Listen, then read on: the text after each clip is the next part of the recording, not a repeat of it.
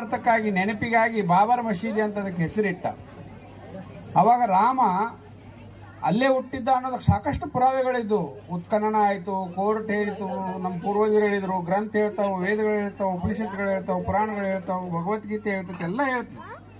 ಹೇಳಿದ್ರು ಸಹಿತ ರಾಮ ಅಲ್ಲೇ ಹುಟ್ಟಿದ್ದ ಅನ್ನಕ್ಕೆ ಏನ್ ಗ್ಯಾರಂಟಿ ಅಂತ ಕೆಲವೊಂದು ಹುಳುಗಳು ನಮ್ಮಲ್ಲೇ ಕೇಳಕ್ ಚಾಲೂ ಮಾಡ್ಯಾವ. ರಾಮ ಅಲ್ಲೇ ಹುಟ್ಟಿದ್ದ ಅನ್ನಕ್ಕೆ ಏನ್ ಗ್ಯಾರಂಟಿ ಅನ್ನೋ ಪ್ರಶ್ನೆ ಕೆಲವೊಂದು ಅವು ಆಕಳ ಮಲಿಯೊಳ ಉಣ್ಣಿರ್ತಾವಲ್ಲ, ಆ ರೀತಿ ಅಲ್ಲೇ ಹಾಲಿದ್ರು ಕುಡಿಯಂಗಿಲ್ಲ, ಅವು ರಕ್ತನ ಕುಡಿವು. ಅಂಥವು ಕೆಲವೊಂದು ದೇಶದ್ರೋಹಿಗಳು ರಾಮನ ಗ್ಯಾರಂಟಿ ಬಗ್ಗೆ ಕೇಳುವಂತ ಸ್ಥಿತಿ ನಿರ್ಮಾಣ. ಮುಸಲ್ಮಾನರು ಕೇಳಿಲ್ಲ, ಕ್ರೈಸ್ತರು ಕೇಳಿಲ್ಲ, ಇದನ್ನು ಹಿಂದೂಗಳೇ ಕೇಳುವಂತ ಕೆಲವೊಂದು ವಾಮಪಂಥಿ ವಿರೋಧಿ ಹಿಂದೂಗಳು ಜನ್ಮ ತಾಳ. ಅಂತ ಹಿಂದೂಗಳು ರಾಮ ಅಲ್ಲೇ ಹುಟ್ಟಿದ್ದ ಅನ್ನಕ್ಕೇನು ಗ್ಯಾರಂಟಿ ಅನ್ನೋ ಪ್ರಶ್ನೆ ಮಾಡ್ತಾರೆ. ಆದ್ರೆ ನೀನು ನಿಮ್ಮ ಅಪ್ಪಗೆ ಹುಟ್ಟಿದ್ದೆ ಅನ್ನಕ್ಕೇನು ಗ್ಯಾರಂಟಿ ಅಂತ ಪ್ರಶ್ನೆ ಮಾಡಿದ್ರೆ ಅವನ ಹತ್ರ ಉತ್ತರ ಇಲ್ಲ. ತಾಯಿ ಅನ್ನೋದು ಸತ್ಯ, ತಂದೆ ಅನ್ನೋದು ನಂಬಿಕೆ, ಎರಡದ ಆಧಾರದ ಮೇಲೆ ಮಗನಾಗಿ ಜನ್ಮ ತಾಳಿರ್ತಾನೆ. ಹೀಗಾಗಿ ರಾಮನ ಬಗ್ಗೆ ಮಾತಾಡುವಂತ ನೈತಿಕತೆ ಈ ದೇಶದಲ್ಲಿ ಯಾರಿಗೂ ಇಲ್ಲ. ಯಾಕಂದ್ರೆ ಮರ್ಯಾದಾ ಪುರುಷೋತ್ತಮ ರಾಮ